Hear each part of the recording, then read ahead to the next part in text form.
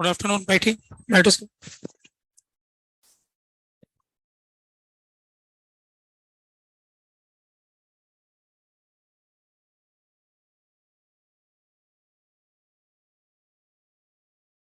Hello. Hello.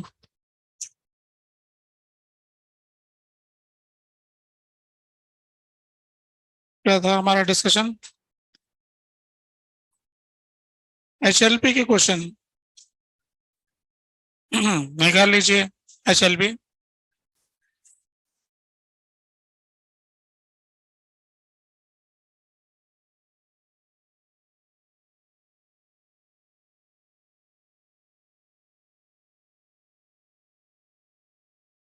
Question 11 question 11 का B option.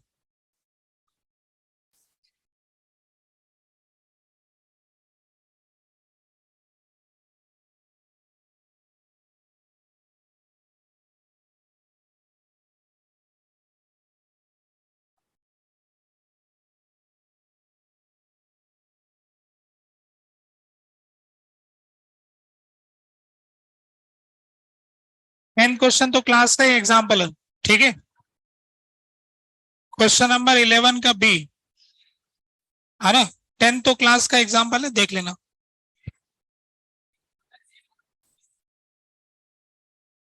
Tenth वाला तो वही तो है, ये यूं करके यूं गया।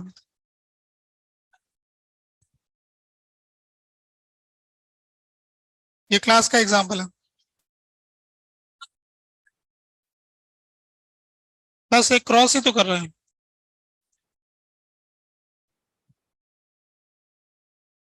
और 11 का B part, instantaneous velocity of image form by due to reflection. एक छोटी बॉल दे रखी है और इसको थ्रो किया है नदी किनारे से, जिसका विड्थ है 100 मीटर और 37 डिग्री से फेंका इसको, ठीक है। तो instantaneous velocity of image due to reflection. अब देखो, ये कोई ऑब्जेक्ट है, इसकी velocity u y u x. तो अब जो रिफ्लेक्शन की वजह से इमेज बनेगी तो अंदर वाले को दिखाई देगी। तो इसके लिए एक्स डायरेक्शन की वेलोसिटी में कोई फर्क नहीं पड़ेगा। एक्स डायरेक्शन की वेलोसिटी तो वही रहेगी, वाई डायरेक्शन की वेलोसिटी में फर्क पड़ेगा। तो x i two by mu one into x, इस फॉर्मूले से। तो velocity of image t two mu two by mu one, velocity of object. तो इधर से देख रहे हैं तो ये हो गया 1, ये हो गया 2। तो ये 4/3 अपॉन 1 इंटू यू वाई। तो इमेज की वेलोसिटी ये हो गई 4/3 यू वाई। बस। नहीं आ रहा इससे? इनिशियली तो पूछा है इंस्टेंटेनियस वेलोसिटी निकालनी, किसी इंस्टेंट पे निकालनी। तो किसी भी इंस्टेंट पे निकालना चाहते हो तो उसकी किसी भी इंस्टेंट पे जो भी वेलोसिटी उसका 4/3 टाइम्स हो जाएगा। तो किसी भी इंस्टेंट पर इसकी वेलोसिटी होगी u y minus g t. तो ये आ गया 4/3 u y minus g t. U x तो वही रहेगा। ऐसा आ रहा है कि नहीं आ रहा है? यही किया था, आंसर नहीं आ रहा है। चेक कर लेते हैं। किसी इंस्टेंट पे वेलोसिटी चाहिए ना।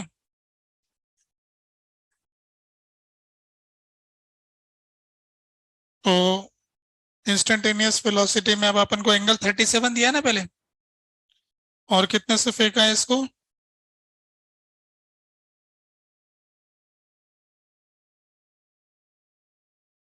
दूसरे किनारे पे पहुंचना है उसको, 100 मीटर का डिस्टेंस दिया हुआ है। तो इससे यू एक्स यू वाई तो निकाल ही लोगे। 100 मीटर रेंज हो गया, यू 37। तो यहां से आ जाएगा u square sine 37 cos 37 by g into 2 बराबर 100। इससे u का निकाल लिया, u का वैल्यू कितना आ रहा है 1500। u square 3/5 4/5 into 500।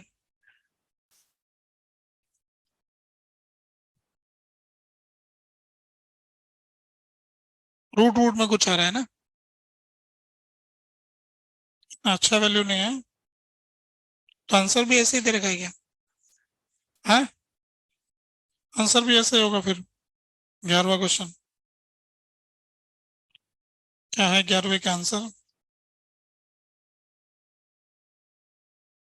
Root root में आ रहा है ना, तो रूट रूट में निकाल लो, इसमें क्या दिक्कत है। u तो ये आ गया 25 इंटू 500 डिवाइडेड बाय 12, 3 इंटू 4, इसका रूट आ गया। 25 का 5 आ गया, 100 का 10 आ गया, 4 का 2 आ गया, 5 अंदर रह गया, 3 अंदर रह गया, 25 √5/3, ये u हो गया। इसका x कंपोनेंट cos 37 4/5 तो 20 हो जाएगा। तो ये हो गया 20 √5/3 और uy की वैल्यू हो जाएगी 3/5, 15 √5/3। अब इसको 4/3 से गुणा कर देंगे तो 12 हो जाएगा। 4/3 से करेंगे तो कितना हो जाएगा 20 हो जाएगा, है ना 20 तो इसका y डायरेक्शन का वेलोसिटी हो गया 20 √5/3 माइनस 40/3 इंटू टी और 20 √5/3, ऐसा नहीं दिया।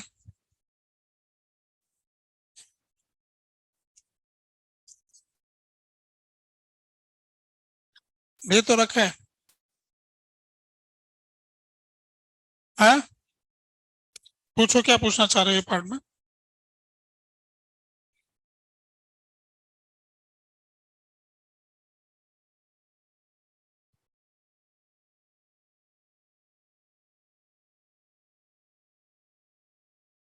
ट्रेजेक्टरी की इक्वेशन लिखना चाहते हो तो पहले कोऑर्डिनेट तो लिखो। इमेज का एक्स कोऑर्डिनेट क्या होगा? X coordinate of image ux into T, y coordinate of image 4/3, y coordinate of object y coordinate of object uy into T minus half G T square. Time को हटा के put कर दो, आगे trajectory की equation. ठीक है,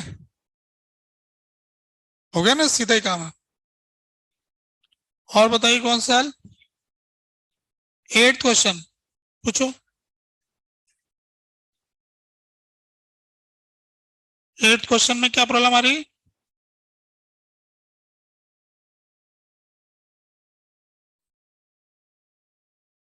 first वाली पोजीशन बता रहे, बताते जाओ। क्वेश्चन नंबर 8, तो 8th क्वेश्चन में ये मिरर दिया,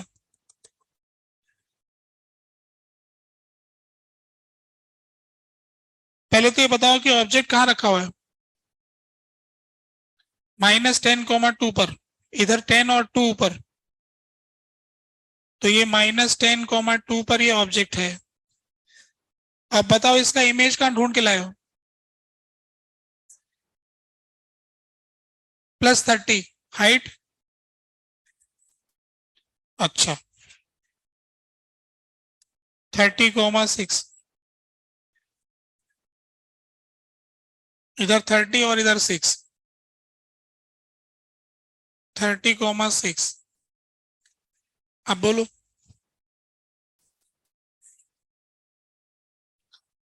सेकेंड मिरर से first reflection on this, second on this.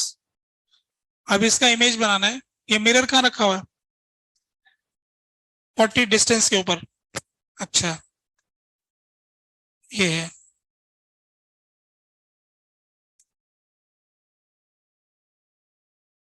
45 degree पर है ये, और ये 40 का डिस्टेंस है। ये डिस्टेंस 40 हो गया, और ये डिस्टेंस 30 हो गया, 70 हो गया, है ना? अब मिरर,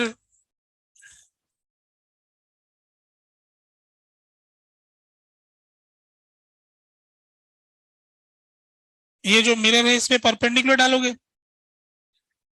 यहां से। जितना डिस्टेंस इधर है उतना इधर आ जाएगा।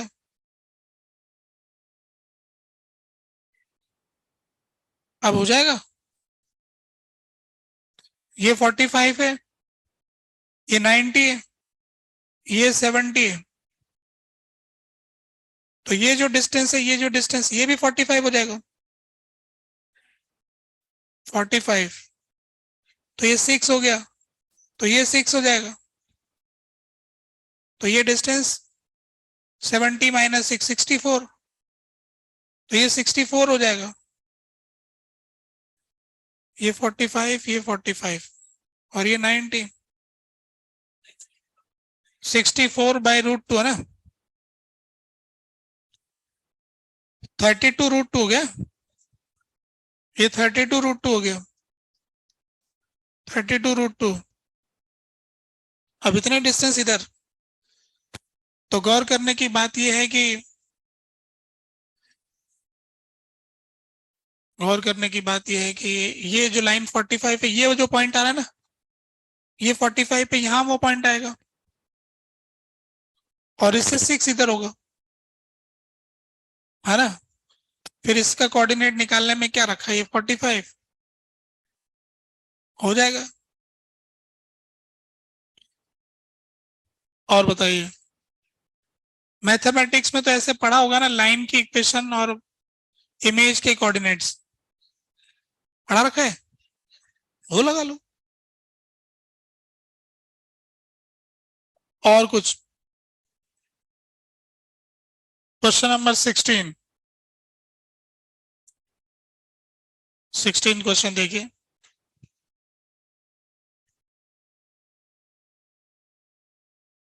सोलहवें क्वेश्चन में ऐसा दे रखा है कि हमारे पास एक प्रिज्म है,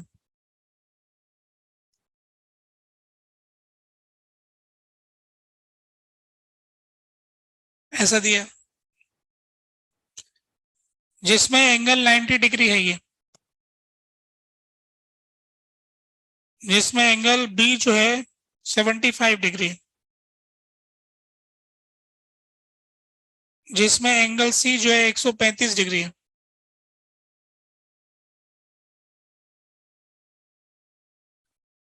डी 60 डिग्री है।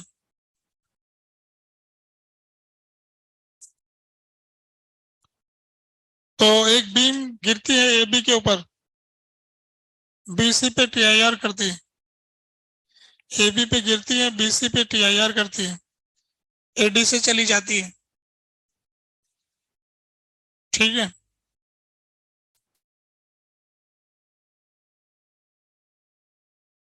तो गिरा देते हैं। ऐसा कहा गया है कि जो,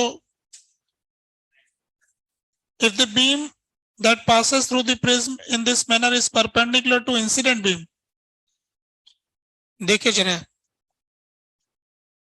यहां पर अपन ऐसा करते हैं, एक रे लेते हैं, ऐसे आई, और वो इस पे गिरी, फिर यहां से टीआईआर हुआ, फिर आगे बढ़ी। अब कहानी कुछ यूं है कि इसका एंगल ऑफ इंसिडेंस आई है, और ये जो रे बाहर जा रही है,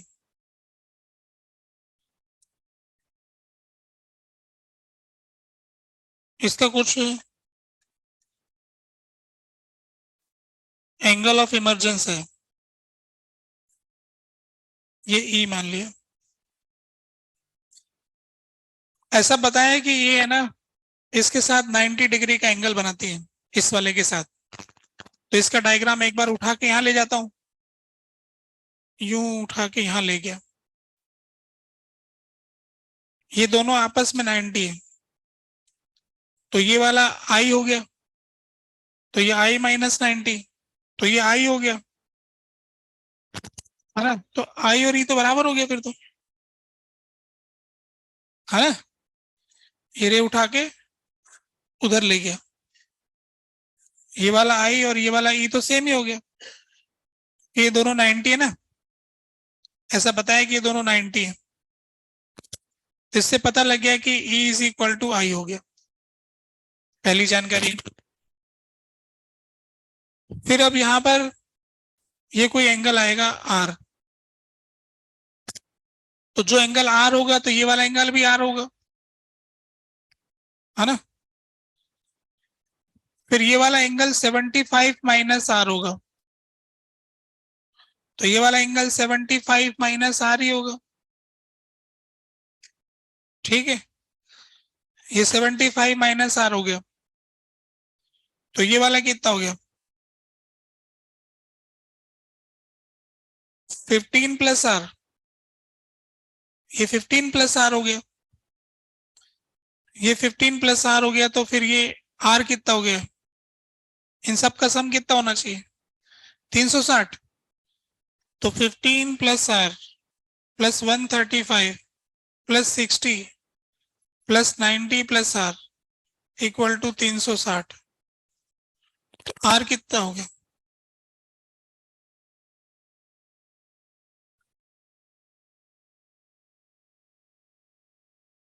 150 ही हो गया, 150 ही हो गया।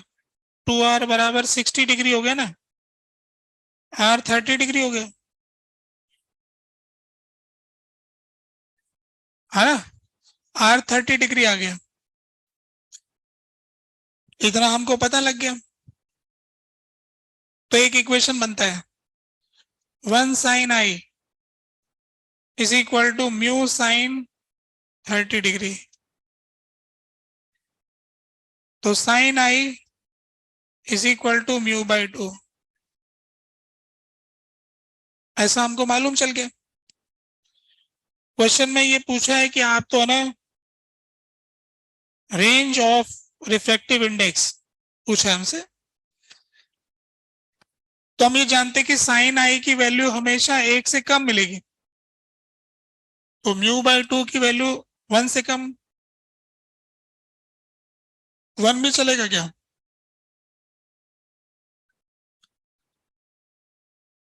तो म्यू की वैल्यू 2 से कम होगी, ऐसा मालूम चल गया। अब टी आई आर होने के लिए इस एंगल को किस क्रिटिकल एंगल से बड़ा होना चाहिए, तो ये 75 माइनस 30 45, तो 45 degree should be greater than critical angle, तो sine 45 should be greater than sine C, तो 1 by root 2 should be greater than 1 by mu, तो mu should be greater than root 2, root 2 से बड़ा होना चाहिए, 2 से छोटा होना चाहिए, ये इसका रेंज होना चाहिए। अब आपको म्यू मिल जाएगा तो आई का रेंज भी आ जाएगा इस इक्वेशन से, है ना। म्यू की वैल्यू से आई की वैल्यू भी मिल जाएगी, फॉर्मूला है हमारे पास। और बताइए 18th क्वेश्चन नंबर 18, 18वां सवाल, क्या नहीं दिया, 16 तक खत्म हो गया, बस उसके बाद इच्छा नहीं हुआ। चलो अगली बार खत्म कर लेना, अगली बार पूछ लेना, ये रखो, ठीक है।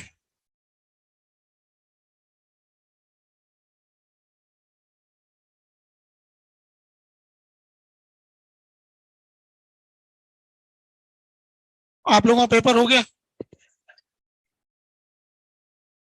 तो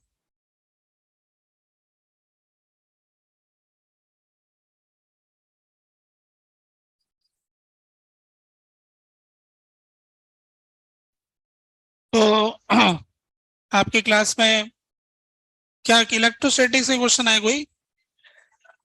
क्या कोई एक क्वेश्चन आया? उत्तर तो बता दिया होगा,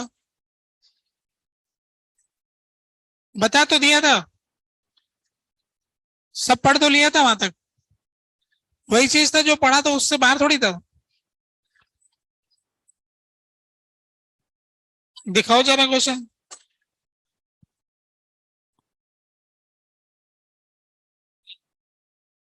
क्वेश्चन नंबर 20।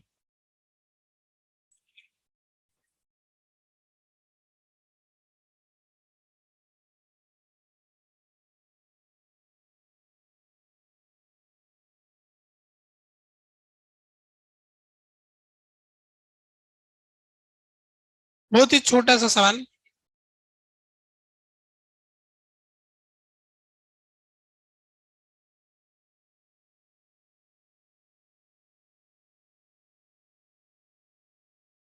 क्वेश्चन में दे रखा है कि कॉपर की बॉल है।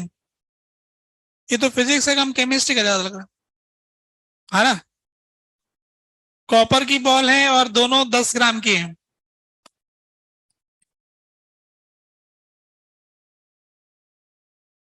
और इसका मोलर मास दिया हुआ है 63.5 ग्राम पर मोल, है ना? इसका मोलर मास दिया हुआ है। अब अपन से ये पूछा है कि इसमें से 10⁴ लिखा है कि 6, 10⁶, 10⁶ एटम में से एक इलेक्ट्रॉन निकाल के देंगे, तो पहले कितने एटम है ये तो पता करना पड़ेगा। तो 63.5 ग्राम में 1 मोल होते हैं, तो 10 ग्राम में कितने मोल होते हैं ये तो हर कोई जानता है। तो अपन हिसाब लगा लेंगे 10/63.5 मोल, तो 6.023 10⁻23 ये एटम्स की संख्या हो गई, है ना? उसको 10⁶ से डिवाइड करेंगे, डिवाइडेड बाय 10⁶, ये हो गया number of electrons transferred. Number of electrons transferred. अब जितने इलेक्ट्रॉन ट्रांसफर करोगे उतना माइनस का चार्ज आ जाएगा, तो -Ne + Ne, तो इनके बीच का force KNE × Ne upon distance का स्क्वायर। यही तो पूछा है ना,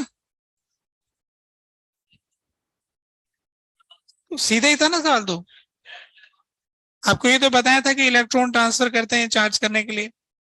अब हिसाब किताब लगवा लिए, तो आपने हिसाब किताब केमिस्ट्री का नहीं जानते हो तो बात अलग है फिर। ये मोल वोल का भाव नहीं करना जानते हो, है ना? अब कौन सा सवाल था एक और?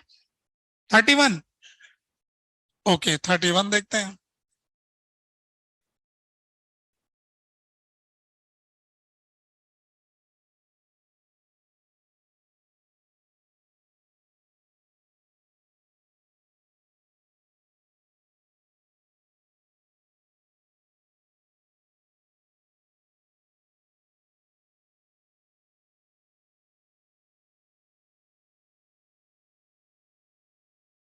थर्टी वन देखो जरा,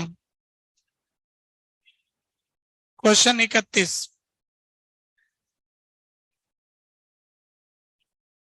एक चार्ज पार्टिकल जिसका चार्ज क्यू है, जो कि एक्स एक्सिस के ऊपर चलता है। चार्ज पार्टिकल जो है एक्स एक्सिस के ऊपर चलता है, और एक दूसरा चार्ज पार्टिकल है जो वाई एक्सिस के ऊपर है।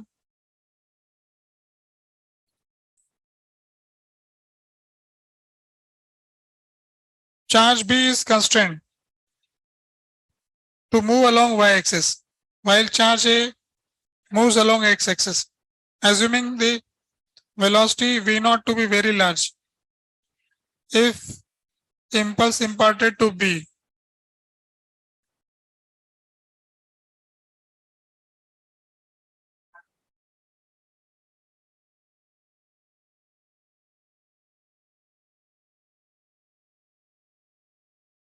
ये वाला चार्ज तो इसके अलोंग ही चल सकता है ना।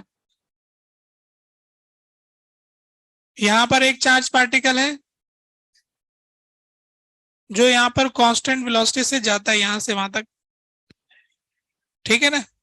ऐसा बताएं कि ये तो कांस्टेंट वेलोसिटी से इधर से उधर जाएगा, और ये जो चार्ज पार्टिकल है ये वाई एक्सिस के ऊपर चल सकता है ना, और कहीं नहीं जा सकता है, सिर्फ वाई एक्सिस के ऊपर चल सकता है। और शुरुआत इसकी माइनस इन्फिनिटी पे हुई, एंड इसका प्लस इन्फिनिटी पे, वेलोसिटी बहुत ज्यादा है, ये भी कहा गया। के वाली वेलोसिटी काफी ज्यादा है, काफी ज्यादा वेलोसिटी है। और जब ये यहां से वहां तक पहुंचा तो इसने बी को कितना इंपल्स इंपार्ट किया, ये डिस्टेंस ए दिया हुआ है। तो इंपल्स तो होता है फोर्स इनटू टाइम,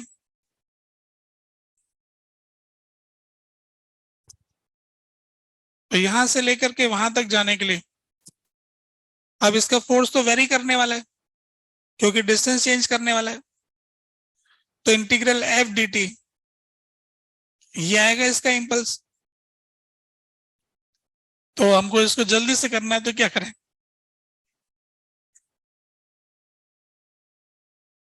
एक तो इसमें एक जानकारी दे रखी है कि वेलोसिटी इसकी बहुत ज्यादा है, और क्या लिखा है कि assuming that the motion of particle b is negligible, b का मोशन काफी कम है ना। ये बहुत फटाफट हो गया, फास्ट हो गया ये ना। तो अगर ये बहुत जल्दी से हो गया ऐसा, ये बहुत जल्दी से यहां से निकल गया, तब तक कि अपनी जगह से हिला नहीं होगा ना। तो इसके लिए फिर हम ऐसा करें कि वो पार्टिकल उस लाइन में जा सकता है, उस पर फोर्स यूं लगेगा, इस लाइन में फोर्स लगेगा। तो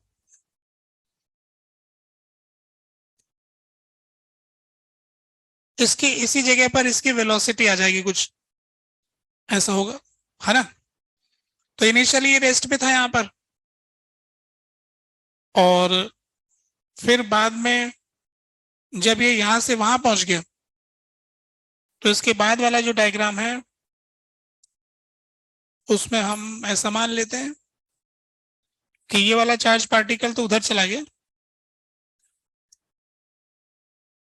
वी नॉट वेलोसिटी से, और ये वाला जो चार्ज पार्टिकल है इसको कोई वेलोसिटी वी मिल गया है, जगह इसका चेंज हुआ नहीं है। दोनों का साइन कैसा है, सेम साइन का।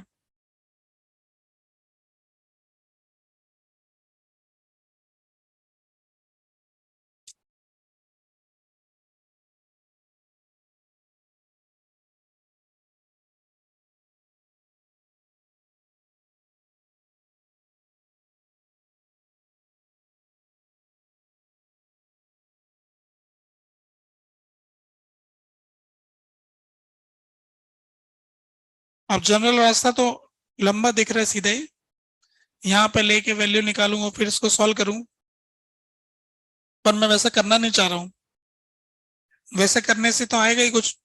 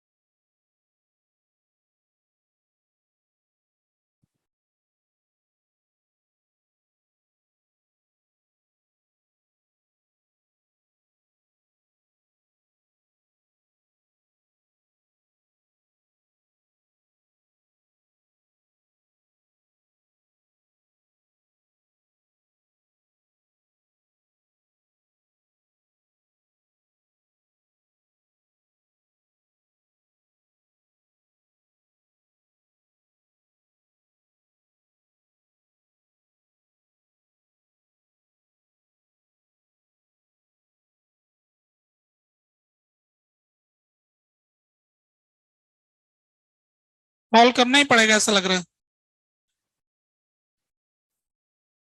करते हैं फिर। किसी भी समय इसकी पोजीशन एक्स लेते हैं, यहां से इसका पोजीशन एक्स लेते हैं, तो अब इनके बीच लगने वाला फोर्स जो इस पे लगेगा, if the impulse imparted to B,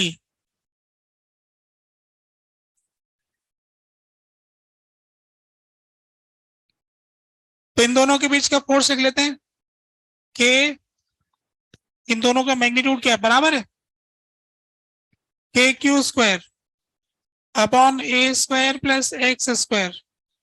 ये तो फोर्स हो गया, इसका कंपोनेंट इधर।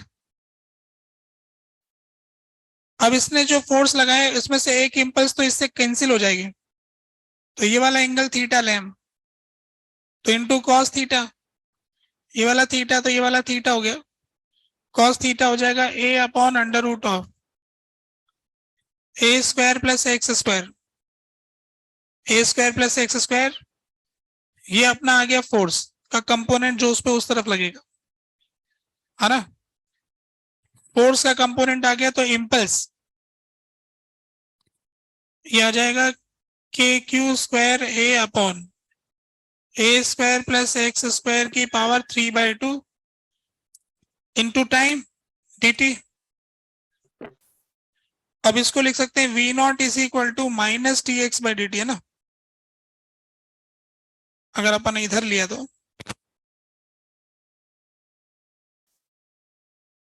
प्लस माइनस तो क्या डायरेक्शन में ले लें, भले इस साइड में x ले लो, है ना, तो प्लस भी आ जाएगा, v नॉट बराबर D x by d T. इधर वाली साइड ले लो x वाला डायग्राम, तो यहाँ माइनस हटा दो, तो dt की वैल्यू आ गई d x upon v not,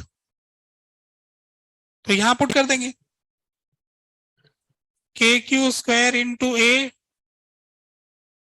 T x upon v not बाहर आ गया, a square plus x square की पावर 3/2, है ना। इसको इंटीग्रेट कर देंगे माइनस इन्फिनिटी से इन्फिनिटी। अब इसका इंटीग्रेशन करने की बात आ रही है, इंटीग्रेशन तो कर लेंगे, कैसे कर लेंगे, हाँ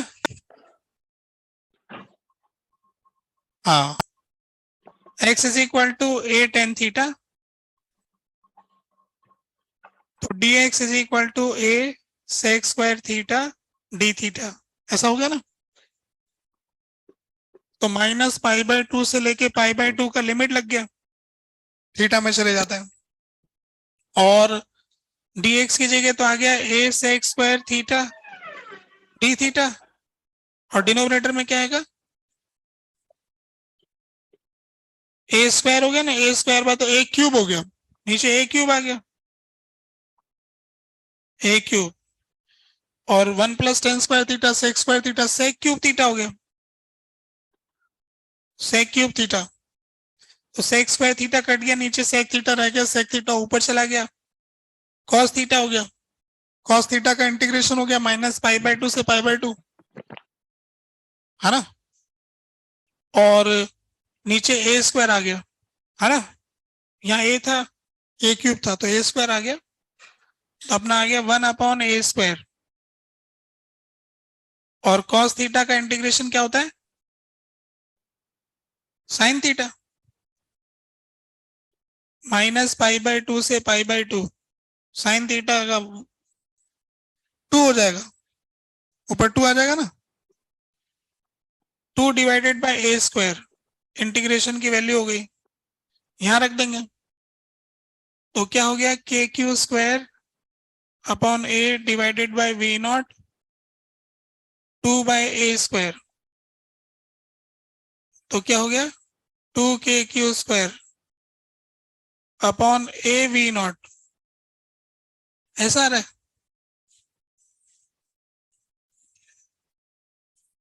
एन का क्या वैल्यू है, हाँ ठीक है, इंटीग्रेट कर लो, और क्या, फोर्स इंटू टाइम ये मैंने आपको बताया था कि जो 11वीं के सारे चैप्टर हैं वो सारे इसके अंदर पूछे जा सकते हैं। जो इलेक्ट्रोस्टैटिक्स है उसमें सिर्फ चार्ज ही एक नई चीज आई है, बाकी सब स्टोरी वही की वही है। फोर्स वोर्स की इक्वेशन, इम्पल्स की इक्वेशन, मोमेंटम वाली इक्वेशन, एंगुलर मोमेंटम वाली इक्वेशन, सब कुछ सेम टू सेम। तो कोई दिक्कत ही नहीं है, या दिक्कत ही दिक्कत। मतलब ऐसे सवाल कम ही पूछते हैं, पूछ लिया यहाँ पर, इतना जल्दी नहीं पूछना चाहिए था, है ना। बैठते ही बच्चे ने प्रैक्टिस नहीं किया, इम्पल्स दे दिया उसको। ठीक है, कभी कभी ऐसा झटका भी लगना चाहिए थोड़ा बहुत, ठीक है ना। इम्पल्स तो जानते थे, फोर्स भी जानते थे, फोर्स इंटू टाइम करके किया मैंने भी, कुछ नया नहीं किया है। पहले सोचा कुछ जल्दी कर दें, लग नहीं रहा था जल्दी हो जाएगा, ऐसे कर लो, ठीक है ना। ओवरऑल फिर ऑप्टिक्स के तो सब कर ही डाले होंगे, ऑप्टिक्स से नहीं आए तो 11वीं क्लास के सवाल ज्यादा हैं।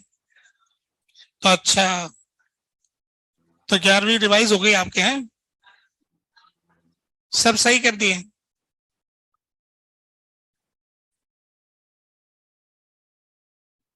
क्यूमुलेटिव का पता लगा क्या होता है ना, क्यूमुलेटिव का पेपर, है ना, सारे टॉपिक आ जाते हैं।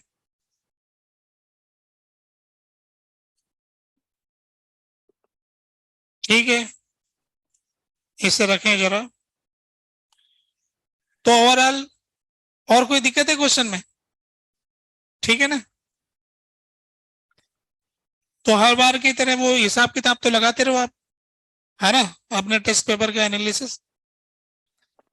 जो कम मेहनत करके मंजिल पे पहुंचना चाहते हैं उसका तरीका है इसका एनालिसिस करना। जैसे जैसे अच्छे पक्के हो जाएंगे तो आपको एक पैटर्न मिलने लग जाएगा कि ऐसे सवाल पूछते हैं, ऐसा आता है, ये छोड़ना होता है, ये करना होता है, इससे इतने नंबर आ जाते हैं। जो लोग हिसाब लगाते नहीं है, ऐसे ही बस बैठे रहते हैं, उनको फिर दिक्कत होती है। कुछ पूछना चाहते हो?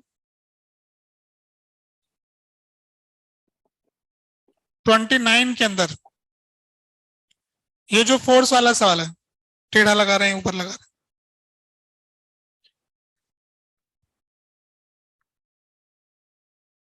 और 29 में बी और सी कैसे हो सकते हैं, दोनों एक साथ कैसे हो सकते हैं, यूं करो।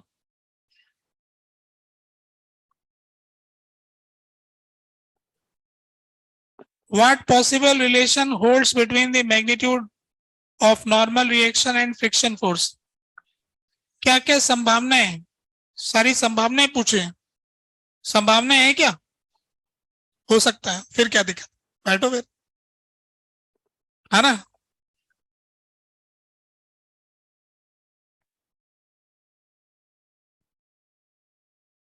तो घर पे आराम से, अच्छा देखो, जो भी टेस्ट पेपर होता है उसमें एक तो जैसे आप पढ़ाई करते हो, इंफॉर्मेशन लेते हो, उससे कुछ करते हो, उसके अलावा पेपर में कुछ है ना, पहेली नुमा कुछ पूछने का तरीका होता है, धोखा देने का तरीका होता है, कुछ सरप्राइज करने का तरीका होता है।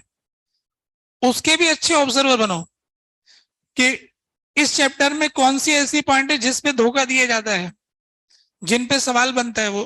मतलब जब मुझे कोई क्वेश्चन बनाना होगा तो मैं काफी देर तक इन्हीं पे सोचता हूँ कि कहाँ पे उलझाया जा सकता है, कहाँ पर कंफ्यूजन होता है ना, कंफ्यूजन का पॉइंट कहाँ पर है, जिस बात को लोग ध्यान, किस बात को लोग ध्यान नहीं देते हैं, ऐसी कोई चीज जिससे धोखा देने का प्रयास किया जाता है। सवाल वही रहेगा, फॉर्मूले वही रहेंगे, सिर्फ सीधा सवाल पूछने का कोई मजा नहीं आता। चार्ट दिया, कोऑर्डिनेट दिया, फिर ये तो पढ़ाते वक्त करते हैं हम कि फॉर्मूला कैसे लगाते हैं, है ना। पढ़ाते वक्त हमारी थीम अलग होती है, पेपर लेते वक्त थीम अलग होती है। तो स्टूडेंट को पेपर का एनालिसिस इसलिए भी करना चाहिए क्योंकि थीम क्या है, किस तरह से सवाल पूछते हैं, कैसे सवाल पूछते हैं, कहाँ धोखा देते हैं, हमें जानने के बावजूद भी हमारा क्यों गलत हो गया। ये जो क्वेश्चन में possible, may be, must be, incorrect, correct, ये जो लैंग्वेज में आखिरी टाइम में ट्विस्ट करते हैं उसका फर्क पड़ता है ना। ठीक है फिर, तो ओवरऑल 3 सब्जेक्ट के हिसाब किताब में बताओ कि सबसे आसान कौन सा सब्जेक्ट रहा? फिजिक्स कौन कह रहा है? फिजिक्स कौन कह रहा है? इतने लोग कह रहे हैं कि फिजिक्स आसान था। जिनका कहना है कि केमिस्ट्री आसान था, केमिस्ट्री वाले लोग कम है। जिनका कहना है मैथ्स आसान था, हाँ, तो फिजिक्स सबसे ज्यादा लोग बोल रहे हैं, फिर मैथ्स और फिर केमिस्ट्री। तो केमिस्ट्री मुश्किल हो गया क्या? रिवाइज नहीं कर पाए? ये किसका था? इधर।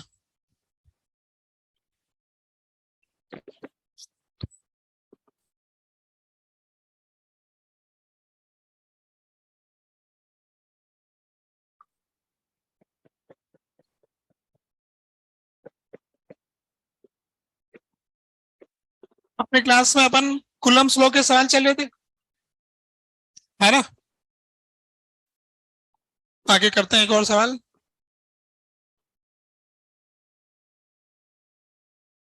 क्या अपन ने वो ये सवाल जो किया था ना, पांचवा चार्ज है ना, पेंटागन। अच्छा, ये इक्विलिब्रियम वाला सवाल, ये चलो इस पे करते हैं आगे।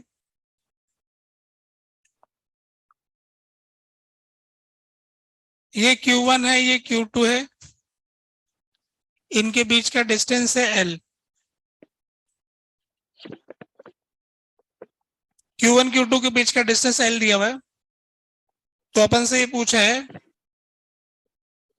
Find position and nature of third charge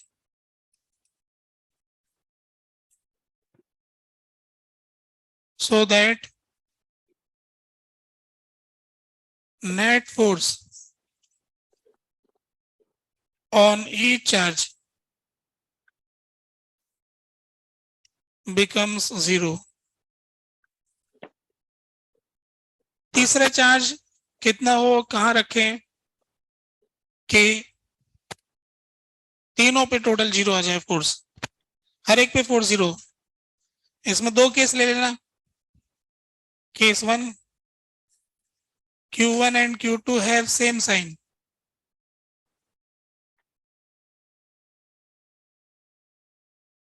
और सेकंड केस है Q1 and Q2 have opposite sign।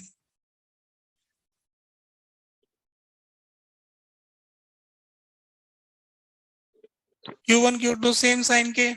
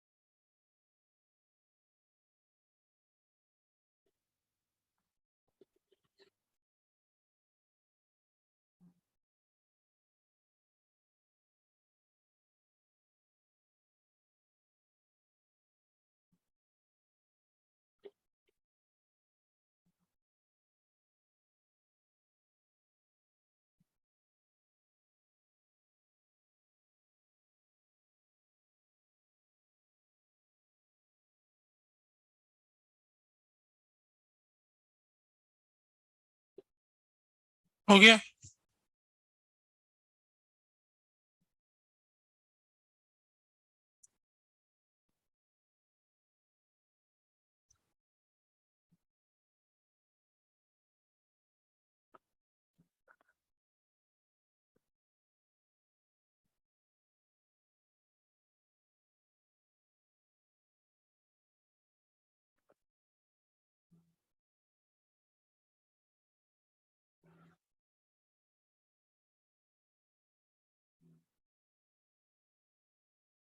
देखो कैसे करेंगे। केस फर्स्ट, जब ये दोनों सेम साइन के हैं तो मान लेते हैं ये दोनों पॉजिटिव हैं, Q1 Q1 Q1 Q2। अब ये दोनों एक दूसरे पे फोर्स लगा रहे हैं, ये इसको रिपेल कर रहा है F और ये इसको रिपेल कर रहा है F से। अगर ये दोनों होते तो फोर्स कुछ ऐसे होते।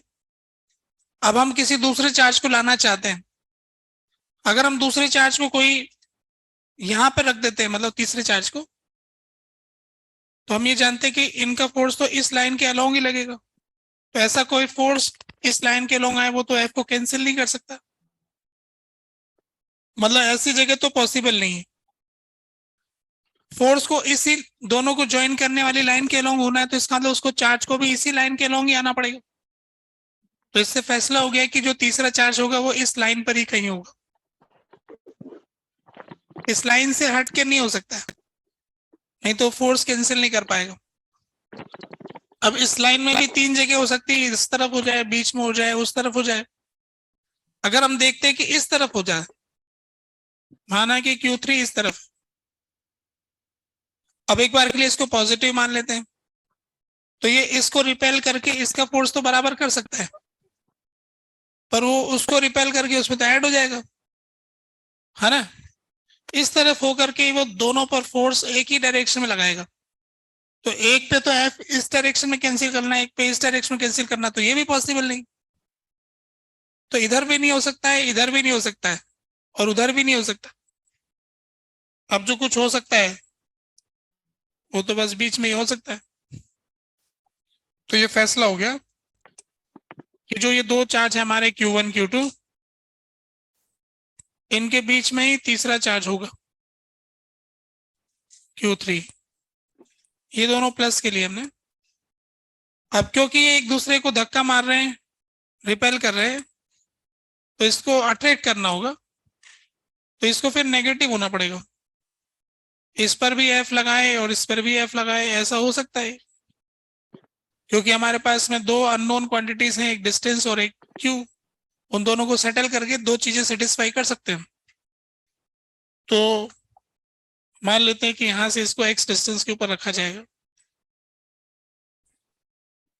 तो k Q1 Q3 upon x square is equal to k Q1 Q2 upon L square, k Q2 Q3 upon L minus x का स्क्वायर। इस तरह से हमने फोर्स बैलेंस कर दिए, तीनों के फोर्स बराबर होने चाहिए। डायरेक्शन तो हमको समझ में आई गई। तो अब इनको सॉल्व करके दो वेरिएबल है पता कर लिए जाएंगे। पहली और तीसरी इक्वेशन को सॉल्व करें तो Q3 कट जाएगा और L माइनस एक्स पहली और तीसरे से आ जाएगा L minus x upon x under root Q2 by Q1, ऐसा आ जाएगा। x से डिवाइड करके 1 उधर लेके जाएंगे, तो x की वैल्यू आ जाएगी L upon 1 plus under root Q2 by Q1।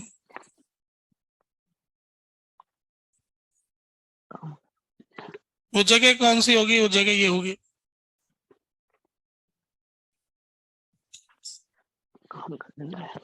इसको थोड़ा और सिमेट्रिक लिखना चाहते हैं तो root Q1 into L upon root Q1 plus root Q2,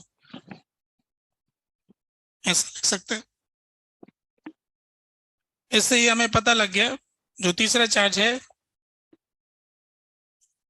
जो कि ये दोनों प्लस के हैं तो वो माइनस का है, उसका ये वाला डिस्टेंस, तो root Q1 into L upon root Q1 plus Q2, और ये वाला distance root Q2 into L upon root Q1 plus root Q2।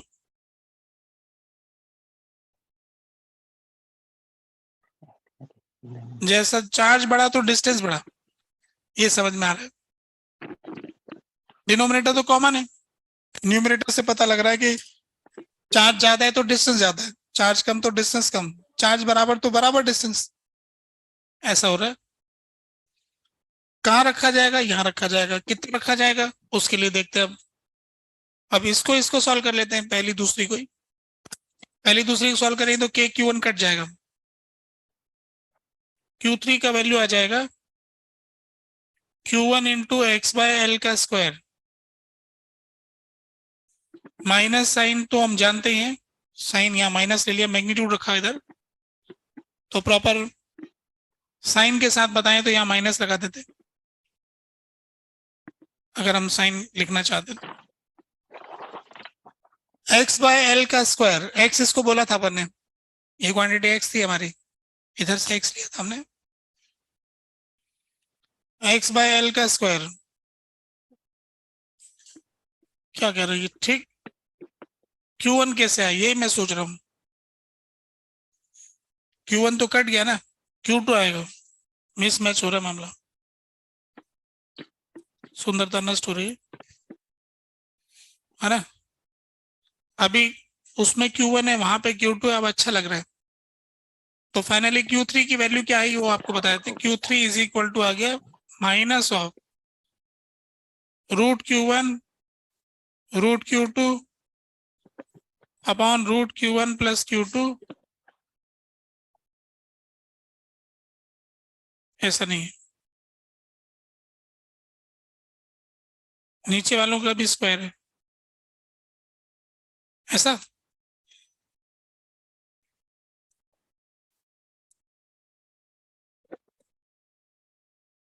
Q1 plus Q2 divided by root Q1 plus root Q2 का whole square,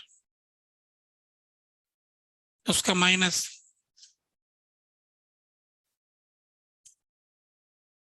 तो ये हमको मालूम चल गया। नेगेटिव साइन कहां से है, हमारी तरफ से, पहले हमने माइनस मानकर ही अट्रैक्ट किया था ना उनको, उन दोनों चार्जेस को अट्रैक्ट करवाया ना हमने, वो कैसे किया, जब वो माइनस का होगा तभी तो करेगा अट्रैक्ट। इक्वेशन में माइनस साइन नहीं लगाया क्योंकि हम डायरेक्शन डिसाइड कर चुके हैं, तो जब आप खुद डायरेक्शन लिखते हो फोर्स की तो चार्ज को साइन के साथ नहीं रखते हो, जब वेक्टर इक्वेशन का इस्तेमाल करते हो तो चार्ज को साइन के साथ रखते हो, ठीक है। ये मैंने पहले केस का जवाब दिया है, अब दूसरे का आप ढूंढो, ठीक है। अब दोनों अपोजिट साइन के होंगे तो फिर क्या होगा।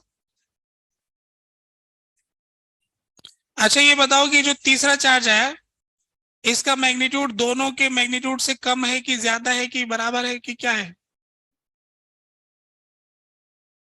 Q3 की वैल्यू Q1 Q2 से ज्यादा है कि कम है।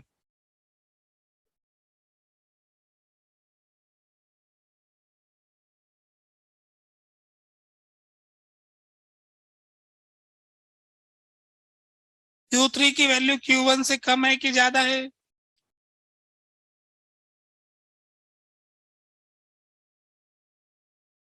Q1 से कम है, Q2 से भी कम है, समझ में आ रहा है कि कम है, ऐसे पढ़ के समझ जाते हो कि कम दिख रहा है।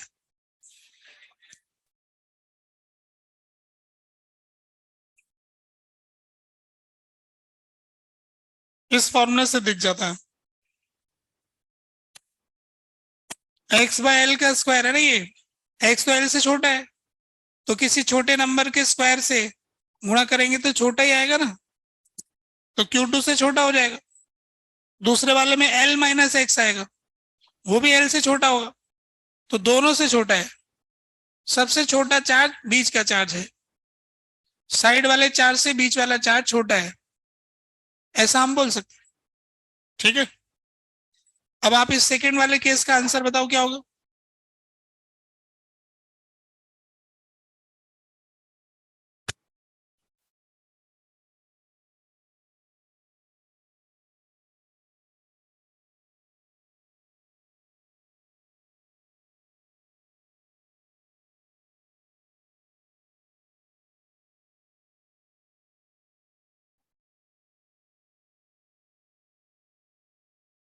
हो गया दूसरा केस भी।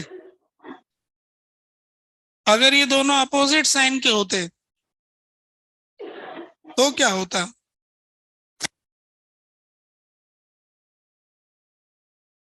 सेकंड केस का आंसर आ चुका है। चलो ठीक है, तो अगले पेज पे देखते हैं फिर इसको। ये तो आप लोगों ने नोट कर ही लिया है ना। Case 2, case second. अब देखो इसमें क्या हो रहा है कि ये दोनों चार्ज Q1 और Q2 का साइन अपोजिट है, इसको प्लस ले लेते हैं, इसको माइनस ले लेते हैं। अब जो तीसरा चार्ज है ना, वो बीच में नहीं रख सकते। अगर बीच में रखेंगे तो वो, सपोज करो कि बीच में प्लस का हो गया। अब ये दोनों तो एक दूसरे को अट्रैक्ट कर रहे हैं। अब उसको क्या करना पड़ेगा, उसको दोनों को रिपेल करना है। इसको तो ये रिपेल करेगा पर इसको तो अट्रैक्ट कर जाएगा, तो इसलिए काम नहीं बनेगा, तो बीच में नहीं आ सकता है। तो इसके लिए अब सवाल है कि इस साइड आएगा कि उस साइड आएगा। अभी बताते हैं कि क्या होगा। अब ये जो Q3 है, अब इसको इसको तो अट्रैक्ट करना पड़ेगा, तो इसलिए माइनस का होगा और इसको अट्रैक्ट करेगा और इसको रिपेल करना होगा ऐसे। तो ऐसा मामला तो सेटल हो सकता है। अब डिपेंड ये करेगा कि छोटा कौन सा है, क्योंकि बीच वाला चार्ज छोटा होना चाहिए इन दोनों में से, है ना। तो अगर इन दोनों में से प्लस वाला चार्ज छोटा है तो इधर हो जाएगा, है ना। तो Q1 Q2 में से जो छोटा होगा उसके पास रखना होगा। पास रखने से फोर्स बराबर हो सकता है और बड़े वाले से दूर रख के भी फोर्स बराबर हो सकता है ना। तो Q1 Q2 में से जो छोटा होगा उसके दूसरी साइड में आएगा, और उसका साइन कौन सा साइन होगा, जो बीच वाला चार्ज होगा उसका उल्टा होगा। तो जो छोटा चार्ज होगा उसके अपोजिट साइन का होगा और उसके पास रखा जाएगा। ये समझ में आ रहा है। तो इससे ये फैसला करना, अब अपन ने एक तरह से मान लिया कि Q1 का मैग्नीट्यूड जो है वो Q2 से छोटा है, तो उसका ये आंसर है। अभी आंसर निकाल लेते हैं कि कहाँ रखना है। अब ये दूरी x मान लिया और ये दूरी तो L है। अब फिर फोर्स बैलेंस करेंगे, K Q1 Q3 upon x square, K Q1 Q2 upon L square, और K Q2 Q3 upon L plus x का स्क्वायर। ये तीन इक्वेशन हो गई फोर्स बैलेंस करने वाली। डायरेक्शन तो हमने देख ही ली है।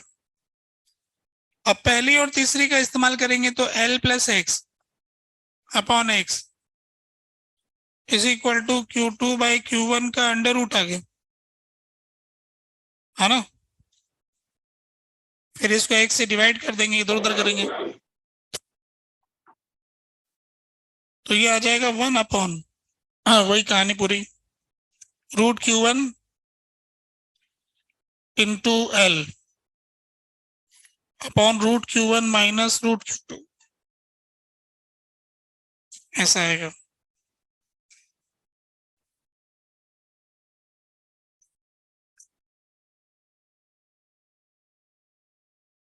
कौन छोटा है, Q1 छोटा है ना, जो छोटा है उसको घटाया जाएगा।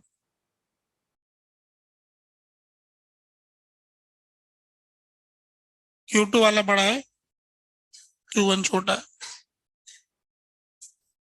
अभी ठीक लिख दिया है। अभी Q3 रह गया, तो Q3 का वैल्यू कहां से निकालोगे? इस इक्वेशन से Q2 के टर्म्स में आ जाएगा।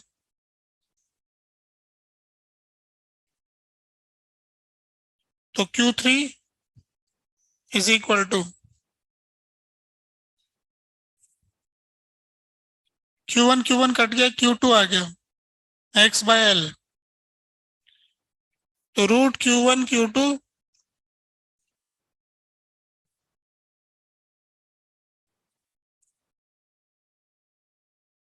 क्या हो गया बताओ भाई? x/L का स्क्वायर करना है तो इसका स्क्वायर हो गया, Q1 Q2 Q1 Q2 into L तो हट ही गया, root Q2 minus root Q1 का होल स्क्वायर, उसके आगे माइनस इन दोनों का जो साइन आएगा, प्रोडक्ट का साइन, वही आएगा इसका भी। साइन के बारे में क्या बोलोगे?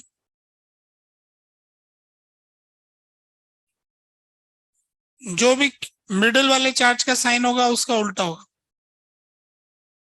आउटर मोस्ट वालों का साइन सेम होगा, यानी जो इन दोनों का प्रोडक्ट का साइन आएगा वही आएगा।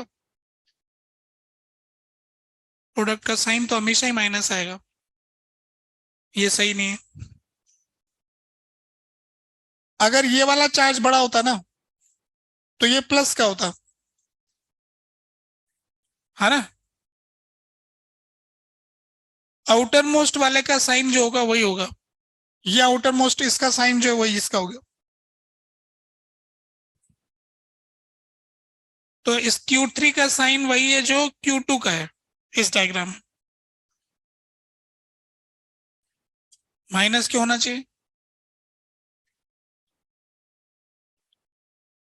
बीच वाला तो पता नहीं चलेगा, जो छोटा चार्ज होगा, ऐसे सोच लो, जो छोटा चार्ज होगा उसका जो साइन होगा उसका उल्टा हो।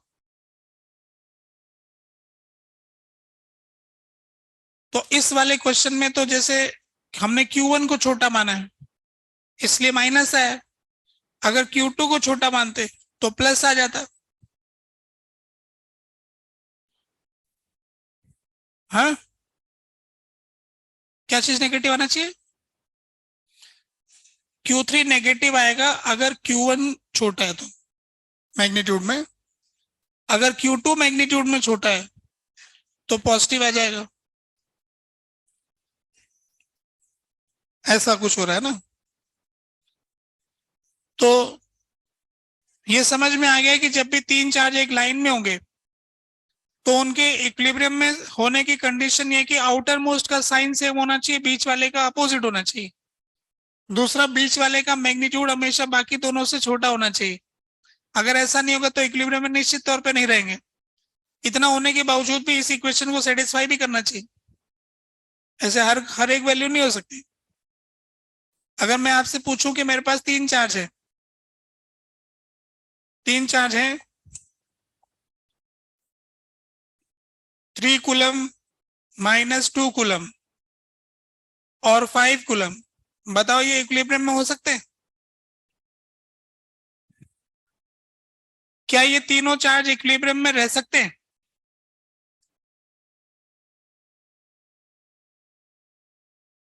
रह सकते हैं कि नहीं रह सकते?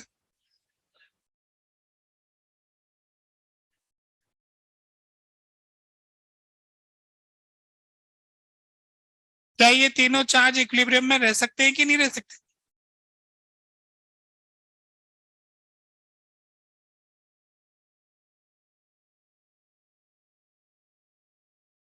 हाँ,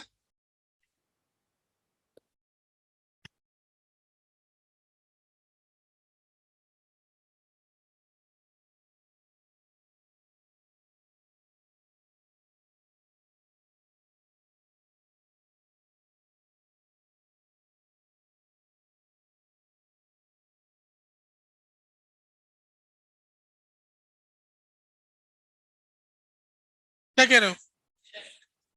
कौन कह रहा है कि रह सकते हैं? It is possible. पॉसिबल को हाँ करने वाले लोग हैं इतने सारे। जो कह रहे हैं कि इम्पॉसिबल, ये तीनों इक्विलिब्रियम में नहीं आ सकते। इम्पॉसिबल वाले कम लोग हैं, पॉसिबल वाले कुछ लोग हैं, बाकी दर्शक लोग हैं। तो पॉसिबल वाले में जिसके पास कोई लॉजिक है वो बात करेगा, क्योंकि पॉसिबल वालों की जनसंख्या ज्यादा थी। इतनी भीड़ में कोई भी दिमाग वाला है क्या जो कोई लॉजिक लगा के बात करता है? ऐसे मन गढ़ंत नहीं बात करता है। ये पॉसिबल है, तुम कहना चाह रहे हो। चलो इसकी बात सुन लेते, ये पॉसिबिलिटी बता रहा है कैसे आएगा।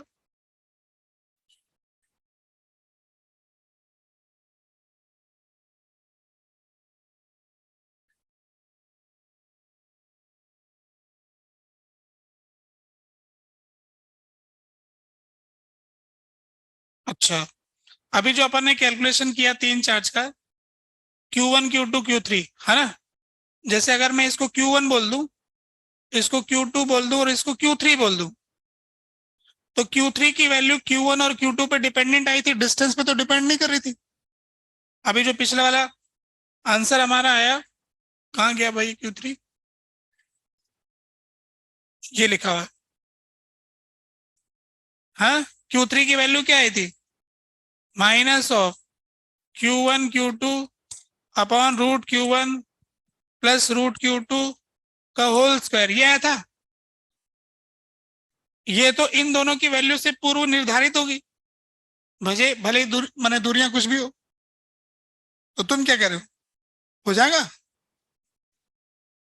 नहीं होगा? अच्छा, और कौन कह रहा है बैठो कि पॉसिबल? पॉसिबल वाला कोई नहीं रहा ना, अब इम्पॉसिबल वाले आ गए सारे। अब लोग कह रहे हैं कि नहीं इम्पॉसिबल है। सभी लोग कह रहे हैं कि अब इम्पॉसिबल, इम्पॉसिबल हो गया ना ये तो। इस फॉर्मूले के हिसाब से Q3 की वैल्यू क्या चाहिए? -3 × 5 अपॉन √3 प्लस √5 का होल स्क्वायर। ये क्या 2 के बराबर थोड़ी होने वाला है ना? तो हर कोई तीन चार्ज बैलेंस नहीं हो सकते। दो चार्ज अगर फिक्स हो चुके तो तीसरा चार्ज आप फिक्स नहीं कर सकते हो, भले डिस्टेंस कुछ भी हो, है ना? तीसरे चार्ज को आप फिक्स नहीं कर सकते हो। दो फिक्स होने के बाद तीसरा चार्ज फिक्स करने के लिए एक फॉर्मूला है हमारे पास। अगर हमारे पास उस फॉर्मूले से मिल गया चार्ज तो डिस्टेंस तो सेटल हो जाएगा, है ना? डिस्टेंस का सेटलमेंट तो आ जाएगा। ठीक है, चलो ये बात हो गई, आगे बढ़ते इससे नेक्स्ट क्वेश्चन की तरफ। ये क्वेश्चन है,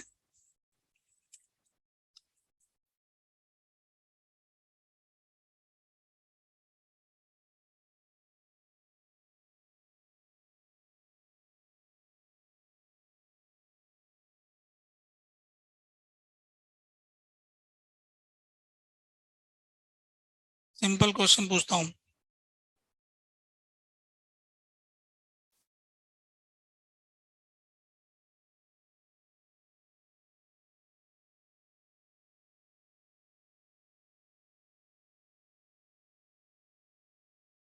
कोई अपन ने ग्राफ वाला सवाल किया था क्या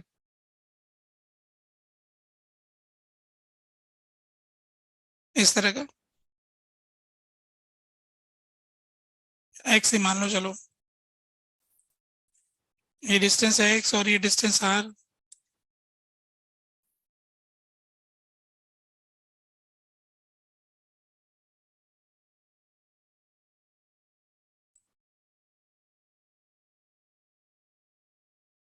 draw graph.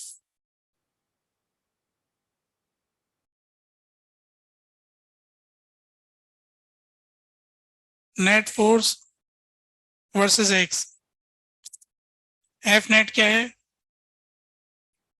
Net electrostatic force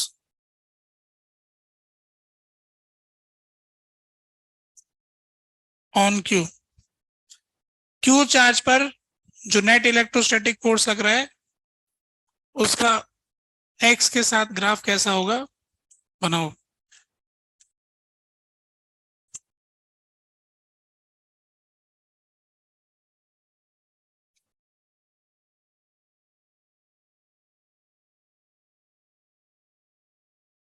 कुछ नहीं बोला तो सबको प्लस मानना, ठीक है।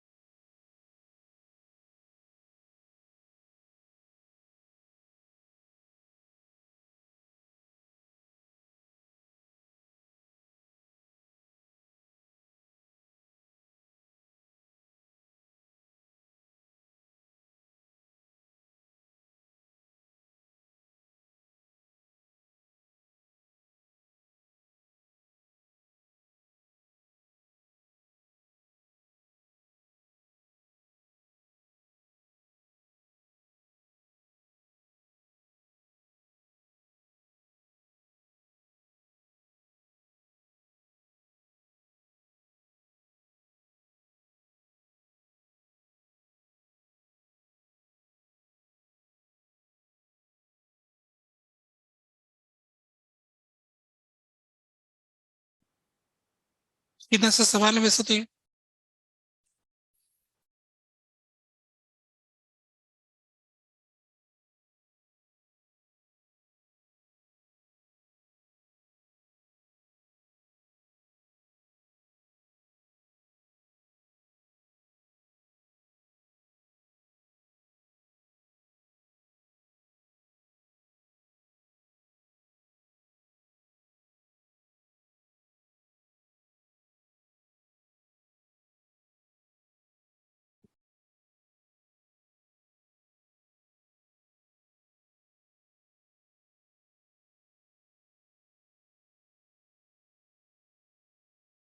हो गया।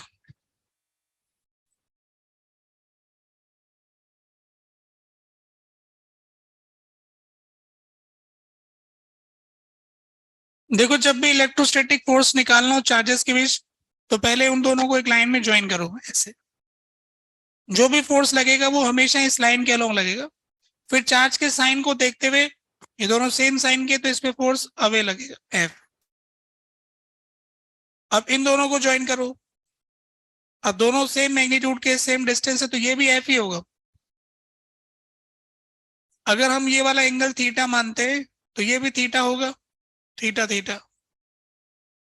तो जो हमें फोर्स चाहिए वो है कुछ ऐसा, net force 2f cos theta. इधर वाले कंपोनेंट तो कैंसिल हो जाएंगे।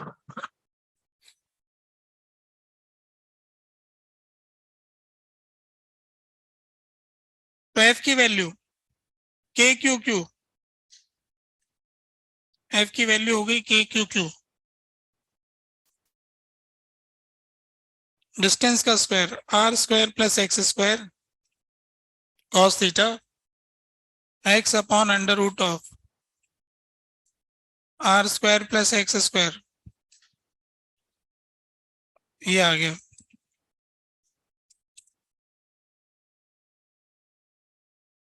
तो नेट फोर्स का एक्सप्रेशन आ गया k into two q into q into x upon r square plus x square की पावर 3/2। ऐसा हमको पता लग गया। अब इसका ग्राफ बनाने की बात आती तो इधर बनाते। हम जानते हैं कि जब x की वैल्यू 0 होगी तो फोर्स की वैल्यू 0 होगी। यहां पर रखेंगे तो फोर्स अपोजिट में होगी, कैंसिल हो जाएंगे। जब x की वैल्यू इनफाइनाइट होगी तो फोर्स 0 होगा, 0 से 0। जीरो से जीरो ऐसे जाता, नीचे की तरफ जाएंगे तो ऐसे चले जाएंगे।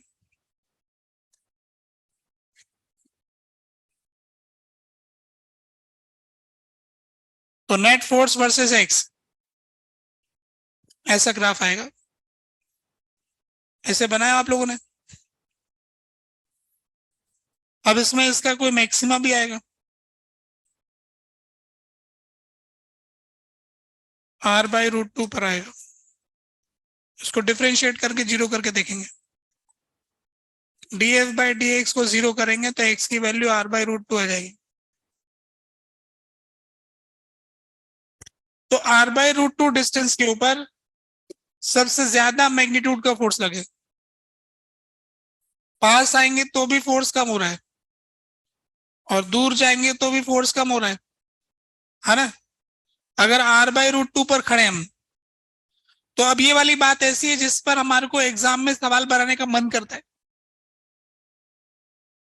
हम पार्टिकल को r/√2 पे रख देंगे, फिर ये पूछेंगे कि पार्टिकल को दूर ले जाएंगे तो फोर्स घटेगा, पास लाएंगे तो फोर्स घटेगा।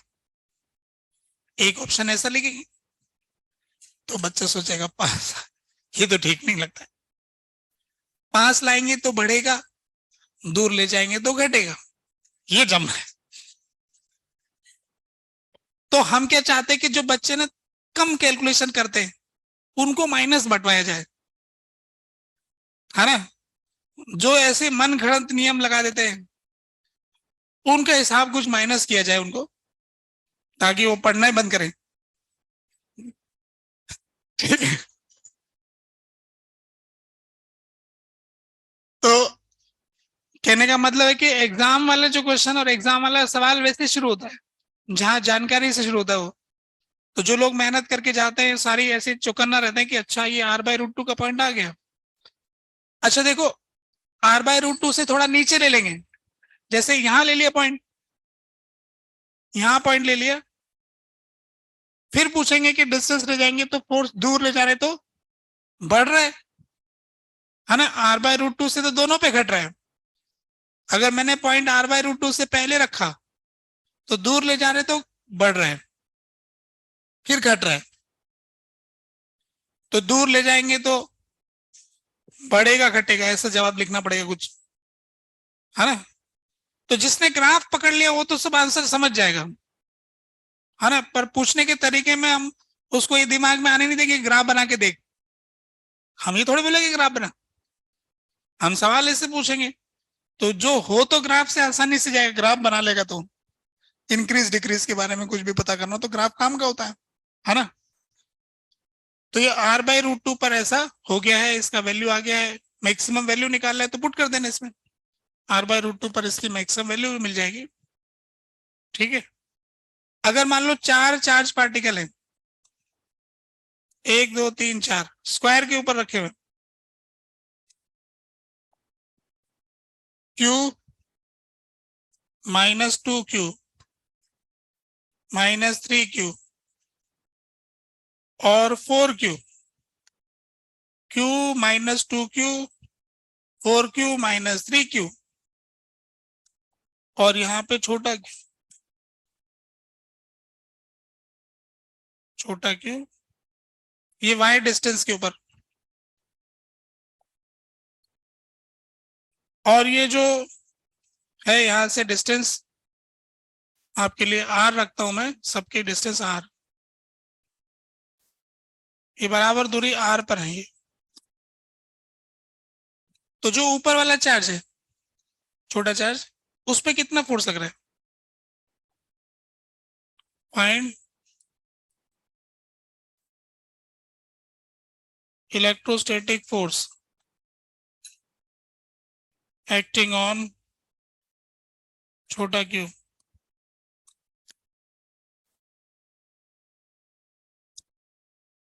छोटे Q चार्ज के ऊपर कितना इलेक्ट्रोस्टैटिक फोर्स लग रहा है?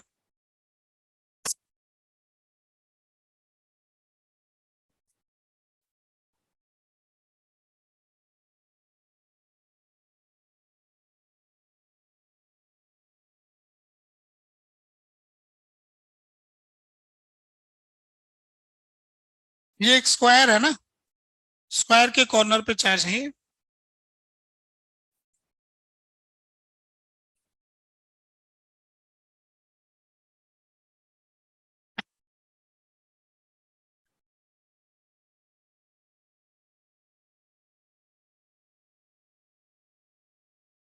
हो गया।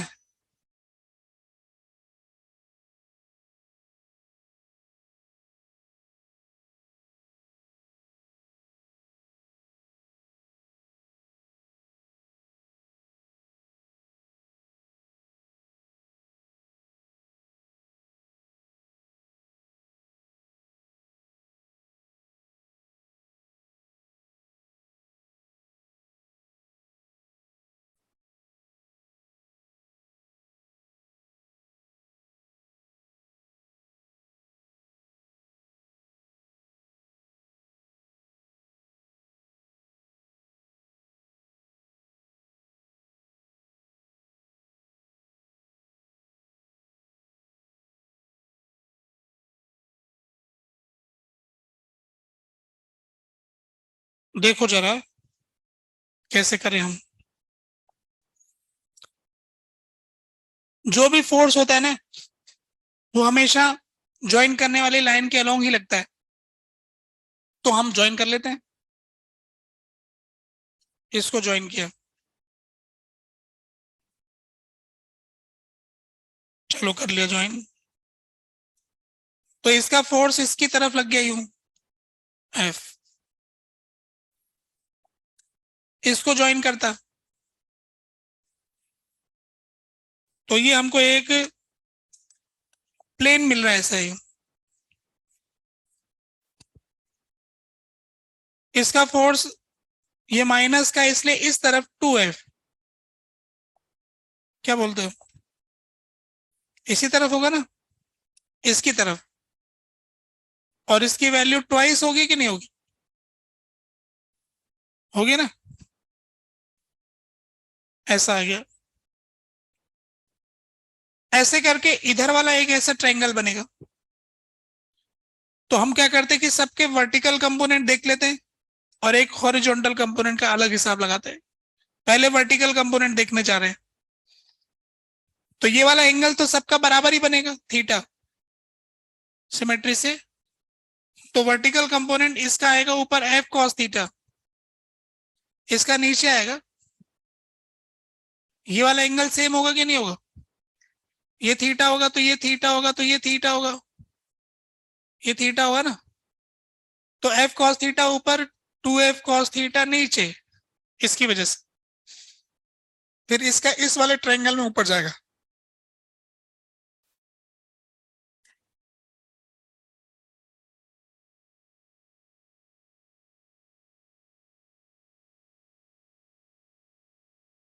तो वाई डायरेक्शन का फोर्स, ऊपर वाला फोर्स, जीरो आ जाएगा।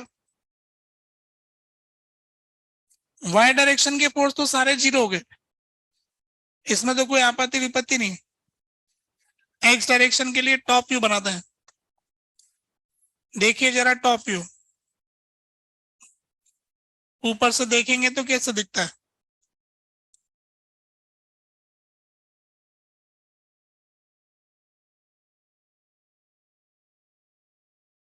देखने से हमें ये पता लगा कि जो एफ जो था ना, ये वाला एफ, इसका इधर कॉस थीटा था तो इस तरफ साइन थीटा होगा, एफ साइन थीटा। इसका 2F साइन थीटा, तो टोटल 3F साइन थीटा हो गया। इस डायरेक्शन में तो ऐड हो गया ना दोनों, F sine theta 2F sine theta हो गया 3F साइन थीटा। अब इधर वाली साइड में आते हैं, इसमें इसका कंपोनेंट इस तरफ आएगा 4F cos theta, 4F sine theta. ये माइनस का था, ये भी इधर ही आ जाएगा। तो 7F, 7F साइन थीटा हो गया। इन दोनों का ऐड होकर के इधर आ गया और इन दोनों का ऐड होकर इधर आ गया, इसके अलावा जो हॉरिजॉन्टल वाले कंपोनेंट है ना। और अच्छी बात है कि 90 डिग्री है। अब इनका रिजल्टेंट निकालने में क्या जाता है, कोई निकाल लेता है। 90 डिग्री होने से क्या होता है, इनका रिजल्टेंट निकाल लो। आपको तो वेक्टर एडिशन करके एंगल भी बता दूं। देखो इस तरफ है 7f साइन थीटा और इस तरफ है 3f साइन थीटा, तो इस तरफ आएगा कुछ एंगल फाई मान लिया एफ नेट, तो एफ नेट की वैल्यू आ जाएगी 9 + 49 58 √58f, तो √58f sine theta 10 phi is equal to 3/7। किस एंगल पर आ रहा है ये बता दिया। साइन थीटा के लिए इस डायग्राम में साइन थीटा निकाल लेंगे। साइन थीटा आ जाएगा r/√r² + y², ये आएगा ना साइन थीटा। साइन थीटा की वैल्यू रख देंगे, एफ की वैल्यू क्या हो जाएगी